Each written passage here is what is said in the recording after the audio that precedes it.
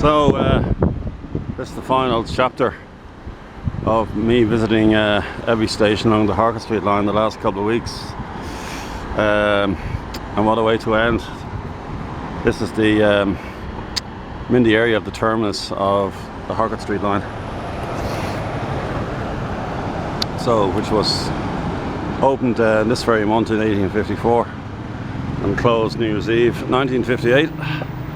Just in case anybody might have forgotten, because if you also follow my videos, you can see my extensive documentation of the line over the last 4.5 years, ever since I lived in Tullyvale.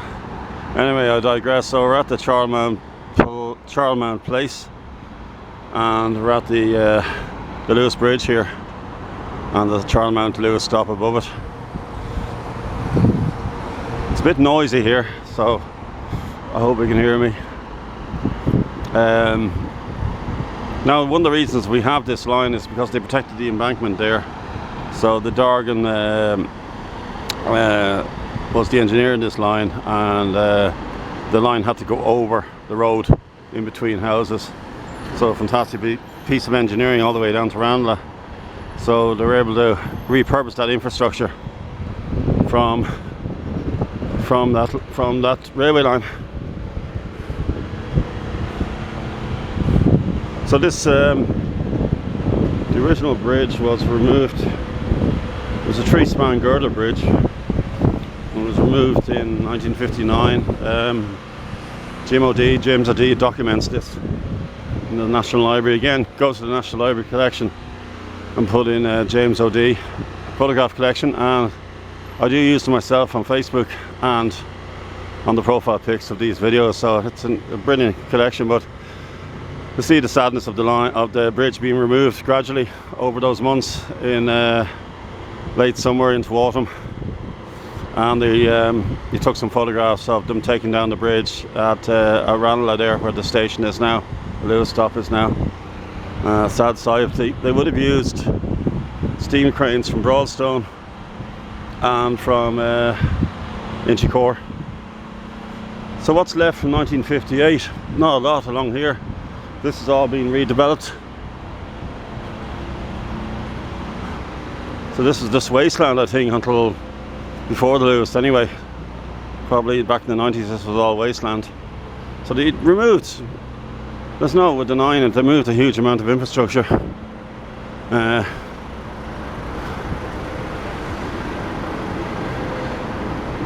Where the Luas goes over here, and there was a loco shed down there.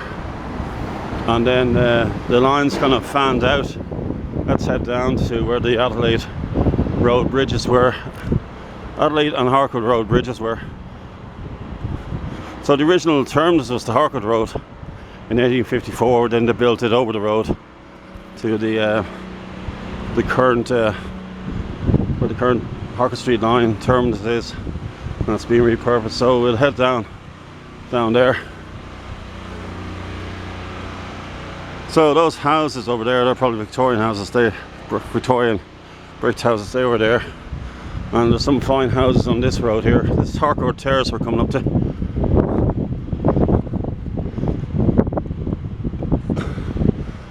And you have these new buildings here. So I haven't done this walk before. Filmed it before. I've done the walk. I haven't filmed it before.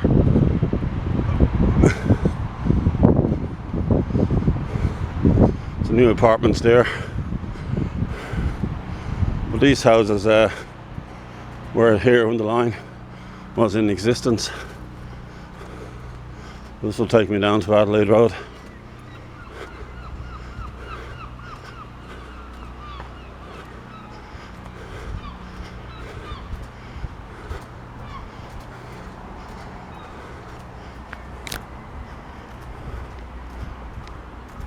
It's a fine house here, incredible house. I'll have to get some information on it. Amazing colonnades, like what you have outside the GPO.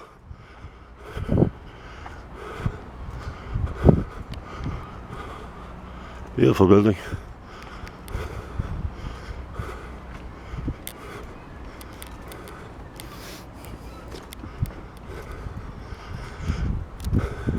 Some people have done these very houses might have left these houses in the morning to commute to Dundrum or Bray. Quite probable.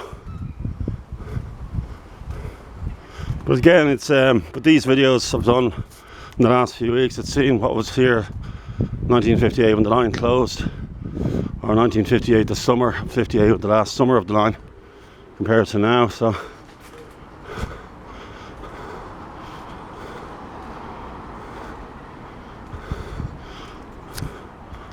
beautiful buildings along here, very ornate chimney stacks, ornate lampposts.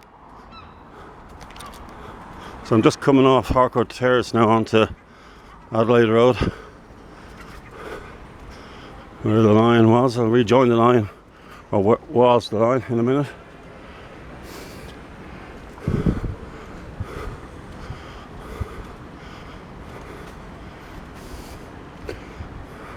As mentioned in previous videos, I've done quite a few in this area, but there's remnants of the embankment wall up here at Albert Place, and they demolished it, sadly.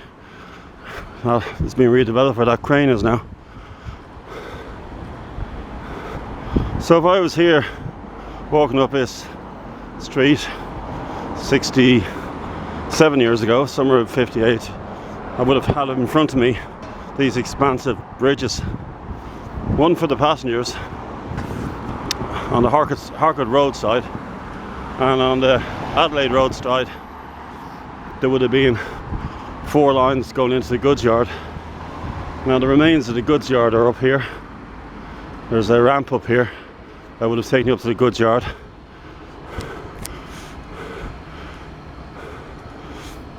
The goods yard as an area really peaked by 1925. Then the Great Southern Railway took it over, and it was closed. It was sort of downsized, and they eventually sold the land to Dunlop Tires.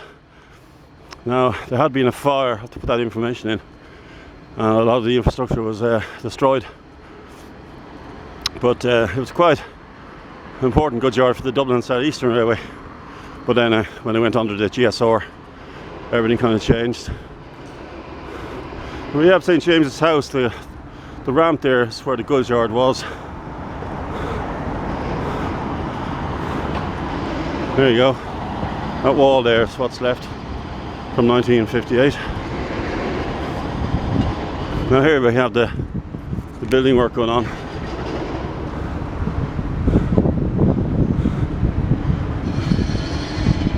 So Peter Place. Be careful with the Luas trains.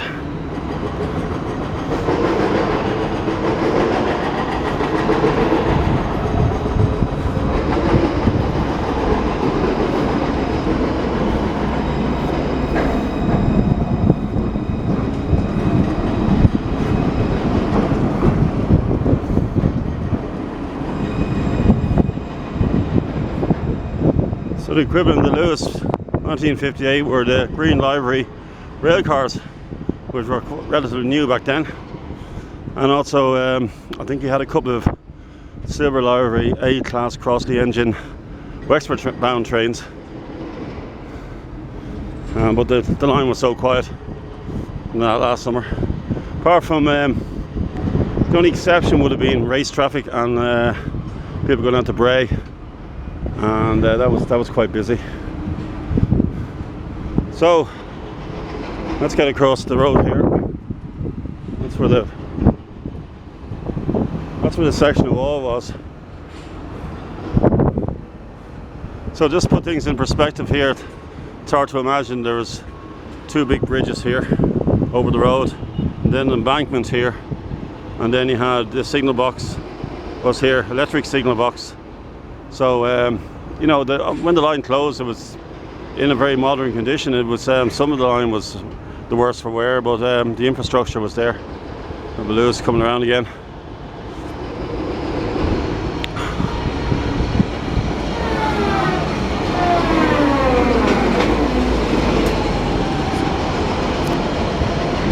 You can have a look in here. Sorry it's so loud. Massive pipes there. So the wall was there, and then this big embankment went over the wall. Again, if you look at the James O'D collection, you have photographs from the line. And what I'm going to show you now is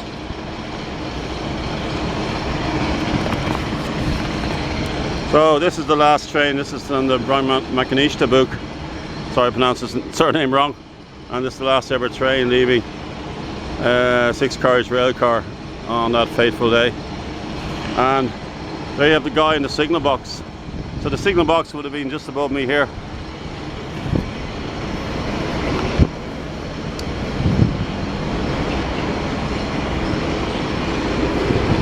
So this would have kind of fanned out, and then you had the loco shed. The loco shed was over here. The locomotive shed was over here, and then you had the running tracks up and down.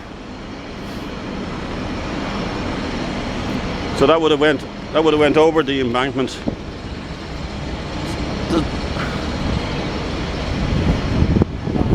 That's why they had to build this ramp here. That's the reason they had to build this ramp here, because they absolutely wiped out all the infrastructure from the railway.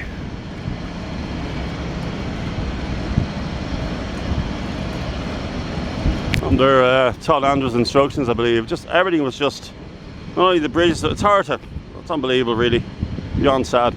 Not only they removed the bridges, but they removed all the infrastructure along here and the bridge. So it was just wasteland along here. And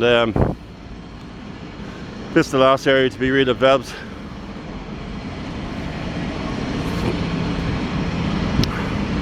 Wanton destruction, I think they say.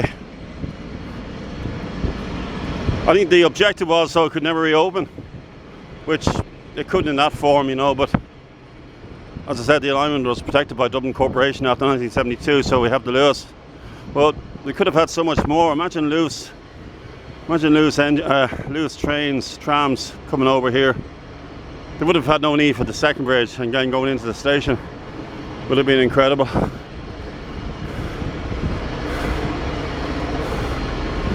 So let's get across the road here, head down to the station.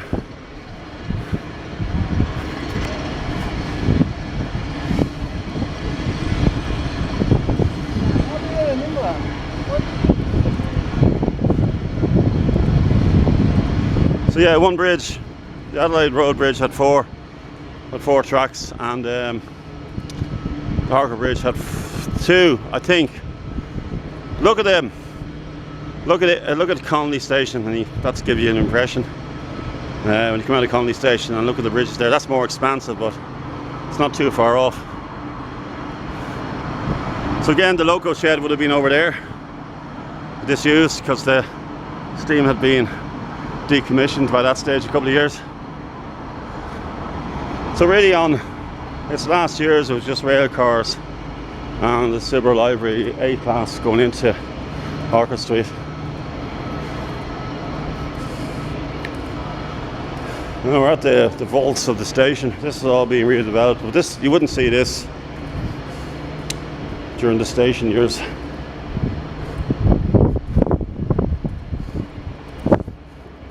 So there's the station shed above the vaults. There we go. All repurposed into offices.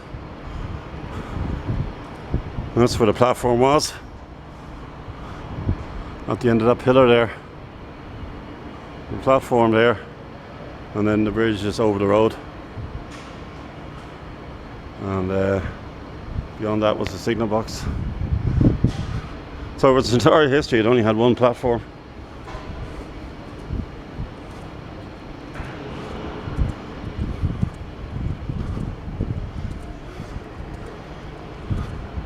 (1854 to 1958). But the actual station building was just under 100 years old when it closed, and they were ripping up the line. It was 100 years old that year.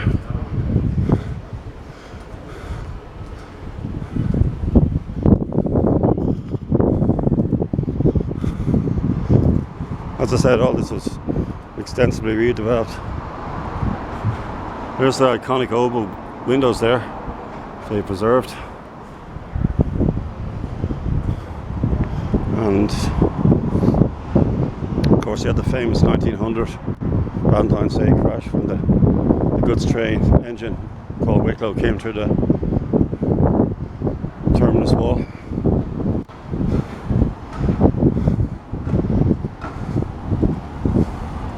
So the goods shed was here. Busy road. There we go.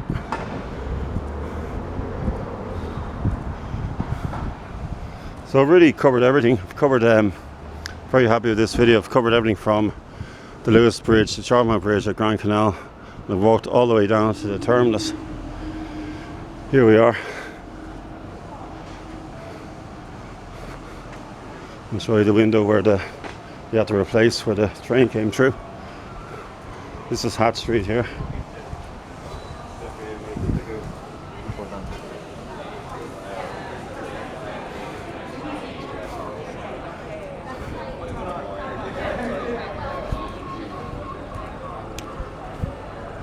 So yeah, the train came through there and landed here. And they had to build a temporary track over the road, on the road, to bring back into the station yard.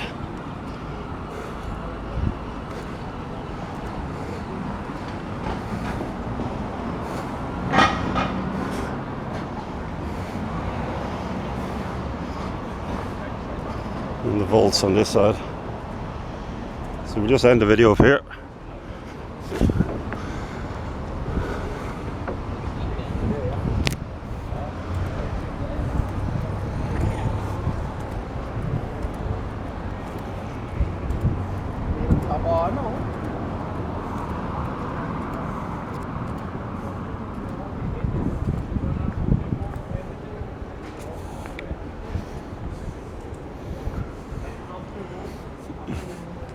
Beautiful station entrance here. That's the original brickwork.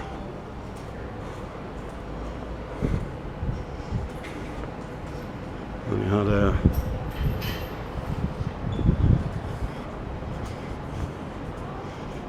back down here.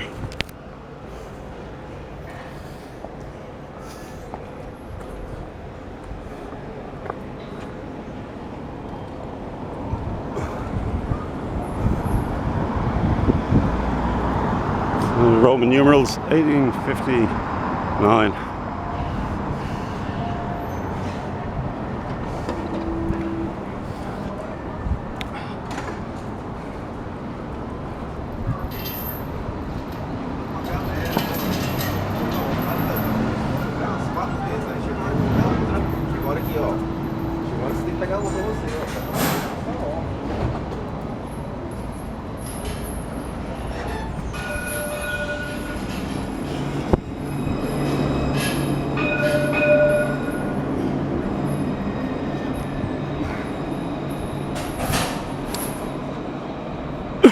The plan was to extend it, the temporary terminus at Harcourt Road. The plan was to extend it up towards Stephen's Green, which might have given it a longer lease of life. Might be still here today, but that would have been a good terminus. But it was where the Ivy Gardens are now. I suppose ideally they could have brought the line up there, along, but it would have to be above street level. The terminus would have to be at St. Stephen's Green, but I think it became too expensive to achieve that, so it ended up being here. But yeah, unfortunately, it's one of the two terms in Dublin have closed, Broadstone and this one. Broadstone back in the 30s and then this one in 1958. Okay, thanks for watching.